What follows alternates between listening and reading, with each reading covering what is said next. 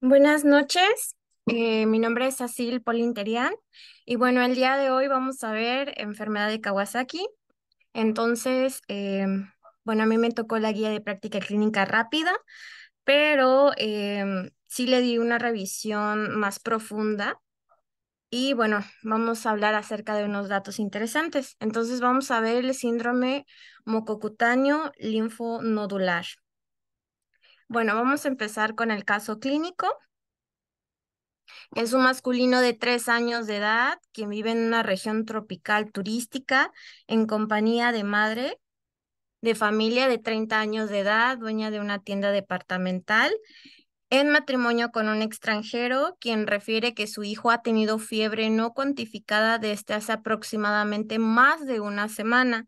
Refiere tener los labios más rojos y secos de lo normal, así como disminución del apetito. La madre comenta llevarla con otro médico particular, quien le administra antibióticos sin respuesta ni mejoría. A la exploración física y al tomarle los signos vitales, con presencia de una temperatura de más de 40 grados centígrados, con presencia de exantema escarlatiforme, así como hiperemia bilateral conjuntival y presencia de linfadenopatía cervical derecha de aproximadamente 2 centímetros de diámetro. Bueno, iniciando las preguntas, ¿qué complicación cardíaca es la más frecuente? Puede ser una cardiopatía isquémica, la miocarditis, arritmia auricular, endocarditis infecciosa.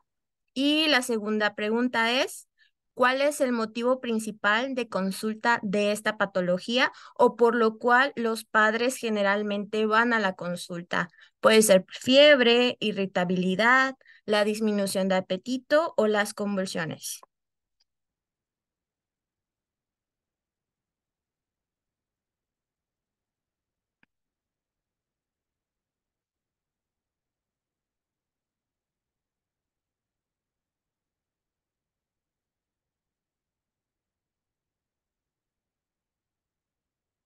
Muy bien, bueno, vamos a empezar. Y bueno, en cuestión de la complicación cardíaca más frecuente, la guía de práctica clínica nos dice que en un 50% es la miocarditis. Y con referente a cuál es el motivo principal de consulta, es la irritabilidad. En un 90% de los niños, generalmente lactantes, es la irritabilidad intensa la que es el motivo principal de consulta, más que la fiebre, aunque sí, la fiebre es uno de los principales manifestaciones clínicas. Ahora sí, ¿qué estudio de gabinete o laboratorio es el gold standard para el diagnóstico? ¿Y cuál es el diagnóstico de este paciente?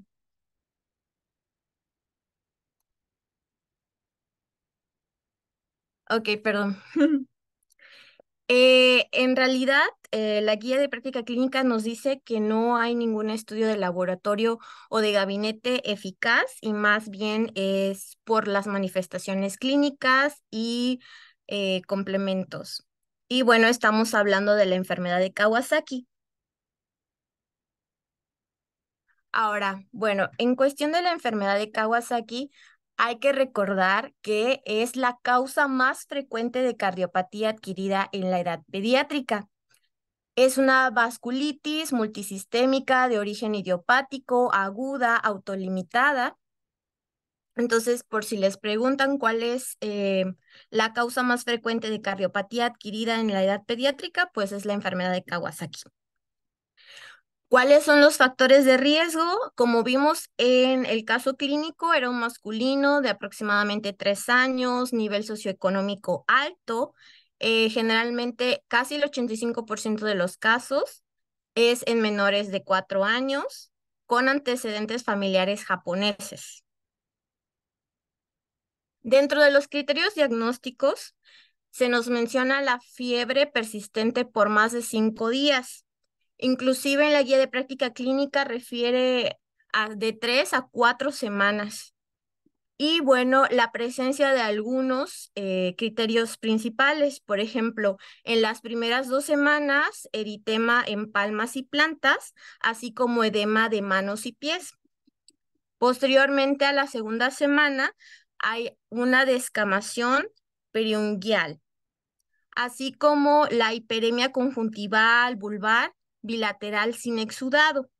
Los cambios más frecuentes y más notables en los libros son los labios eritematosos y agrietados, perdón.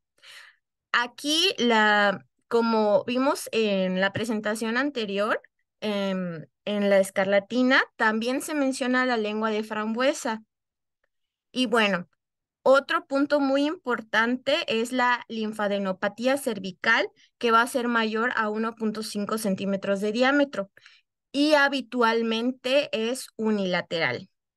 Se nos menciona también en la guía de práctica clínica que si tenemos a un paciente con más de 5 días de fiebre que no se resuelve ni con antibióticos ni antipiréticos, y presenta alguna linfadenopatía unilateral, pero no cumple con algunos criterios, no hay que excluirlos porque posterior a las 2 semanas puede presentarse alguno de estos criterios o estas manifestaciones clínicas que acabo de comentar.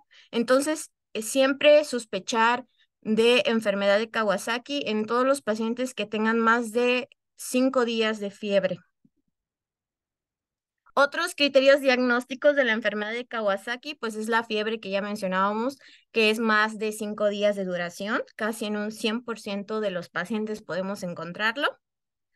Y bueno, presencia de algunas alteraciones, bueno, 4 de las 5 alteraciones que ya habíamos comentado, el eritema bilateral, los cambios de coloración en labios y en la mucosa oral, la lengua en frambuesa, que decía, y los cambios en las extremidades.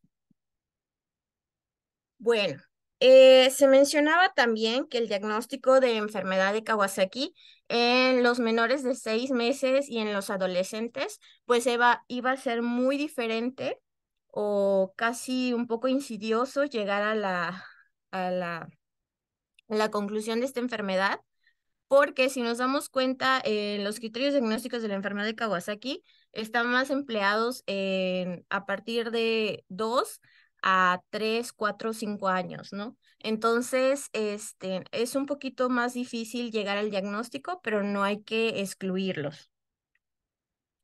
Bueno, en cuestión de las manifestaciones clínicas, tenemos la fiebre como principal apoyo. Entonces, la fiebre va a tener ciertas características. Puede persistir al menos 11 días o continuar de 3 a 4 semanas. La fiebre generalmente va a ser muy alta. La guía la refería como un patrón de agujas que iba a ser mayor a 39 y a más de 40 grados centígrados, es decir, que hacían picos. Generalmente la fiebre la mencionaba que no va a responder a los antibióticos y se va a tomar el día 1 de inicio de la fiebre como el día 1 de la enfermedad. Y bueno, entre las manifestaciones clínicas, la fase aguda, pues podemos encontrar el eritema de palmas, plantas, en duración firme, que en muchas ocasiones puede ser dolorosa. Generalmente las manifestaciones van a aparecer dependiendo de cuántos días llevamos de fiebre. En la guía refería que 5 días de inicio de la fiebre empezamos con el exantema, que puede ser o más característico una erupción macupapular difusa inespecífica. Se mencionaba igual que posterior de 2 a 3 semanas de inicio de fiebre podemos encontrar una descamación en la región perdón, periungual. Bueno, otra de las características que son muy similares con la escarlatina son las líneas de Beau que podemos encontrar en 1 o 2 meses posterior a la fiebre. Generalmente el 68% de los niños va a presentar descamaciones posteriores a un mes del inicio de la fiebre. Algo que es muy importante, con respecto a la enfermedad de Kawasaki, son identificar las afecciones cardiovasculares. Entonces, siempre que estemos con un niño con fiebre, más de 5 días y tenga algunas características, hay que auscultarlo. Vamos a encontrar taquicardia, el ritmo de galope o soplo. Y bueno, nada más para recordar, recuerden que la afección cardiovascular más frecuente en la enfermedad de Kawasaki es la miocarditis en un 50%. Igual podemos encontrar en segundo lugar el derrame pericárdico en un 30%. Y bueno, en la guía también nos aparece algunos síntomas y signos cardiovasculares y las dividía en no cardiovasculares, perdón, y cardiovasculares. Entonces, en el cardiovascular, pues podemos ver aneurismas de las arterias coronarias, la miocarditis, la pericarditis. En cuestión de lo neurológico, también podemos encontrar convulsiones, irritabilidad extrema en los lactantes, la meningitis, y en lo gastrointestinal, si no me equivoco, en un 30% aparecía también en vómitos, diarrea. Y bueno, en ocasiones podemos encontrar en la enfermedad de Kawasaki algunas manifestaciones neurológicas, como les mencionaba, que pueden ser las convulsiones, alteraciones del estado de la conciencia, así como parálisis facial. En cuestión de las manifestaciones gastrointestinales, efectivamente, el vómito, la diarrea y el dolor, así como la distensión abdominal, aparecen en un 30%. Y algo muy importante a recalcar es la afección hepática. Y bueno, otros signos y síntomas que podemos encontrar en cuestión genitourinario, perdón, podemos encontrar uretritis, hidrocele, así que podemos también encontrar artralgias, artritis. En el patrón respiratorio podemos encontrar neumonitis radiológica y otras como uveitis. Bueno, se mencionaba también en la guía que de un 15 a un 20% van a presentar criterios diagnósticos incompletos y cerca de un 40% de los pacientes va a desarrollar alteraciones coronarias. Bueno, entre otros, para los criterios diagnósticos, como vimos, pues es una enfermedad vascular realmente idiopática. Entonces nos vamos a apoyar mucho de los laboratorios. Algo que hay que considerar es tomar una biometría hemática, porque en estos pacientes podemos encontrar una anemia normocítica normocrómica, al igual que hay alteraciones en las plaquetas. Otro determinante o lo que nosotros queremos prevenir en la enfermedad de Kawasaki, pues es algunas cardiopatías. Entonces, por ejemplo, tomar una albúmina que esté menor de 3,5, pues nos puede considerar un factor de riesgo para el desarrollo de aneurismas.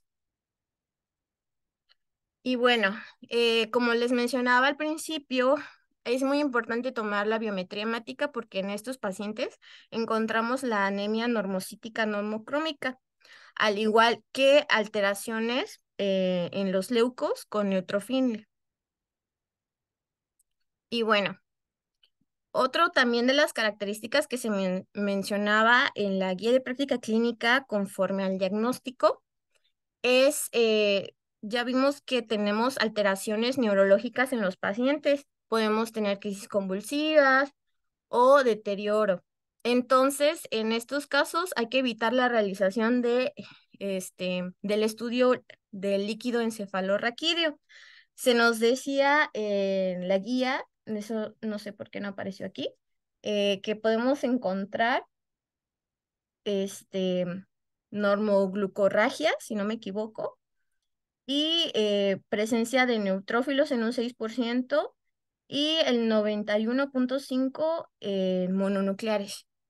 Y bueno, siempre es muy importante tomar un electrocardiograma inicial a los pacientes con sospecha de enfermedad de Kawasaki, porque podemos ahí descartar algunas arritmias, aunque uno de los más frecuentes es el aplanamiento de la onda T, si no me equivoco. Ah, sí, de la onda T. Ujú. Entonces podemos encontrar, por ejemplo, la prolongación del intervalo PR y QT, así como aplanamiento de la onda T. Y bueno, con respecto al diagnóstico diferencial, es muy, si nos dimos cuenta, la enfermedad de Kawasaki con la escarlatina son casi similares. En primer lugar, ambos inician también con fiebre, tienen la lengua frambuesada, perdón, y el signo este, de Bell también aparece. Entonces, con respecto al diagnóstico diferencial, pues la enfermedad de Kawasaki, además de tener muchas similitudes con la escarlatina y el sarampión, algo que también los distingue mucho es la duración de la fiebre, que en la enfermedad de Kawasaki, vuelvo a recalcar, es mayor a 10 días. Y otra de las cuestiones que sí se determinaba mucho es la presencia de adenopatías cervicales unilaterales. Entonces, esos son como que más específicos de la enfermedad de Kawasaki. Y bueno, conforme al tratamiento, es un poquito más alargado, Doctora, ¿le pero... podría regresar al cuadro? Es que le quiero ah, tomar ok. screen. Ah, ok. Espérame. Ujú. Ahí está, muchas gracias. Ok. Bueno, conforme al tratamiento, pues el objetivo principal va a ser, perdón, la supresión de la inflamación de todos los niveles y también en prevenir alguna cardiopatía. De inicio, pues el tratamiento se nos refería en la guía de práctica clínica que era importante iniciarlo en los 10 primeros días de la fiebre, porque en un 25% de los pacientes con la enfermedad de Kawasaki que no han presentado o que no han tenido un tratamiento oportuno, pues pueden presentar inflamación de las arterias coronarias. Entonces, también el tratamiento va enfocado mucho en prevenir anormalidades en las arterias coronarias. Bueno, también se nos mencionaba la escala de Kobayashi, que esta escala pues nos va a predecir la resistencia del tratamiento, que generalmente es con inmunoglobulina. Y también para la aparición, o es un factor predictor para la aparición de las complicaciones cardíacas que podemos tener en nuestros pacientes.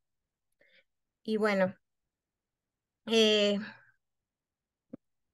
ah, bueno, en cuestión del tratamiento farmacológico, pues como ya les mencionaba al principio, técnicamente va a ser con la inmunoglobulina. Entonces, se nos van a dar pasos iniciales, eh, de preferencia iniciarlo antes de los 10 días de inicio de la fiebre, a una dosis de 2 gramos por kilogramo. Entonces, se refería de que los pacientes posteriores a los 10 días de fiebre, pues tienen más riesgo de presentar alguna cardiopatía. Entonces, en estos pacientes, pues la dosis es de 2 gramos por kilogramo y, y lo vamos a continuar, por ejemplo, si persiste la fiebre, si tenemos reactantes de fase aguda elevadas o hay presencia de aneurismas detectados al momento del diagnóstico clínico.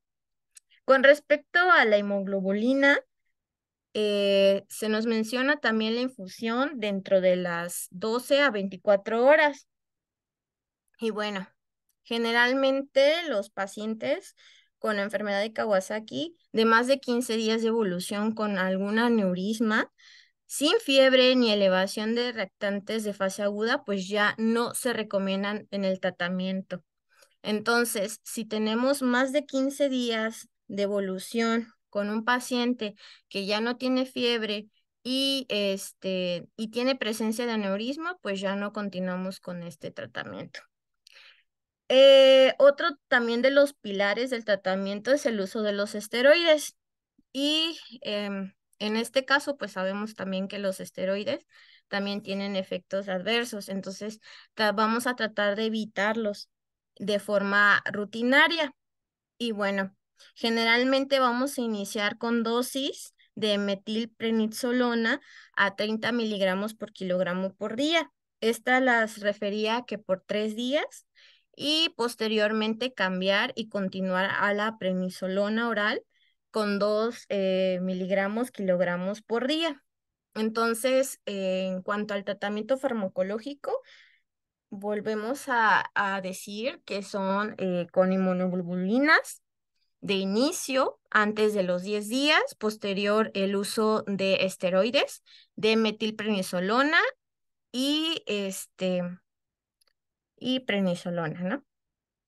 Bueno, generalmente si hay pacientes que tienen reacciones alérgicas o que presentan resistencia, pues hay que dar alguna, perdón, no alergia, sino resistencia a, a la inmunoglobulina o al tratamiento, pues podemos dar una dosis única de 1 gramo por kilogramo y continuar la infusión de 12 a 24 horas.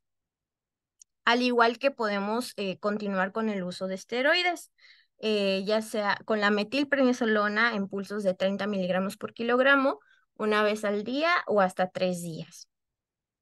Bueno, al igual que otras, no es recomendable el uso de plasmaféresis, ni citotóxicos, ni anticuerpos monoclonales en el tratamiento inicial de la enfermedad de Kawasaki. Y bueno, otro que se integra es el ácido acetilsalicílico. Y bueno, generalmente vamos a emplear una dosis de 80 a 100 miligramos kilogramo por día en 4 tomas por 48 horas después de la remisión de la fiebre. Y bueno, se mencionaba que los pacientes con alteraciones cardíacas deben recibirlo hasta que se resuelvan el aneurisma o disminuya el riesgo de trombosis. Bueno, otras características que mencionaban en el tratamiento como punto muy importante es que estos pacientes que estén en tratamiento, pues hay que diferir de 6 a 11 meses la vacunación contra el sarampión, así como la rubiola, varicela, que han recibido hasta segundas dosis de la inmunoglobulina. En este caso, los pacientes que están recibiendo tratamiento con ASA, pues hay que, por largo tiempo, hay que recomendar la vacunación contra la influenza.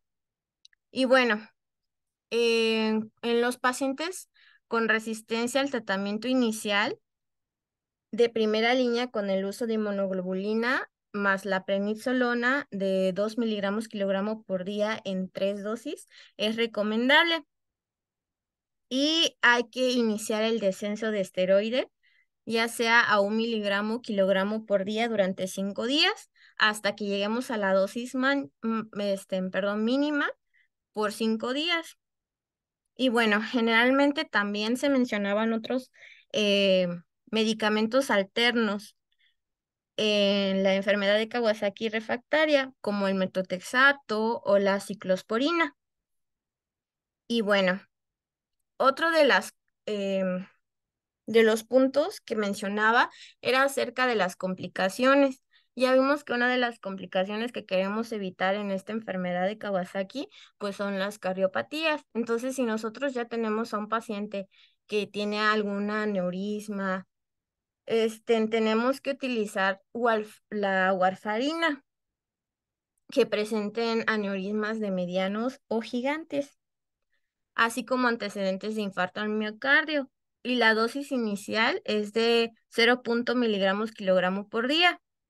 Entonces, si les preguntan cuál es la dosis inicial del uso de warfarina en pacientes con aneurismas secundarios a enfermedad de Kawasaki, pues es 0,1 miligramos kilogramo por día. Y bueno, en cuanto a la enfermedad de Kawasaki, y el alto riesgo de trombosis, también se recomienda el uso de la heparina. Y bueno, también la heparina de bajo peso molecular en estos pacientes se va a definir en el tratamiento y la profilaxis, ya sea en menores de 1 año o si estamos hablando de niños y adolescentes. Entonces, el tratamiento profiláctico para menores de 1 año es de 1,5 miligramos kilogramo por día, dividido en 2 dosis. Y en los niños nada más es de 1 miligramo kilogramo por día, dividido en 2 dosis. Y bueno, otro de los puntos que se mencionaba en la guía de práctica clínica eran los criterios de referencia. Por ejemplo, si estábamos hablando de algún caso de la enfermedad de Kawasaki refractaria que no haya tenido buena respuesta al tratamiento inicial con la inmunoglobulina, a pesar de los esteroides, pues se tiene que referenciar. O el caso de alguna resistencia a al mismo tratamiento. O que el paciente, por ejemplo, tenga una alergia o esté asociado a alguna comorbilidad. O inclusive en algunos hospitales, pues no tienen el tratamiento, entonces pues sí se tiene que referenciar. O que ya tenga o se detecten aneurismas coronarios gigantes o múltiples. Bueno, entonces entre las perlas para recalcar y para recordar, pues la principal secuela cardíaca es el infarto al miocardio. Por trombosis de aneurismas. Después de 1 año de presentar la enfermedad de Kawasaki, entre el 25 al 15% pueden ocasionar un aneurisma coronario. La fiebre salta en patrón de agujas, es decir, como mencionaba al principio, de 39, luego puede tener mayor a 40 grados centígrados. El signo clínico más importante en los primeros días es la fiebre elevada que no responde a antibióticos. Y pues esto no es específico de esta enfermedad, pero de 1 a 2 meses después, pues se observa las líneas de Beau. Pero como vimos también en la escarlatina, se puede presentar este signo. Y bueno, esta fue las referencias de la guía de práctica clínica de enfermedad de Kawasaki. ¿Tienen alguna duda, alguna pregunta?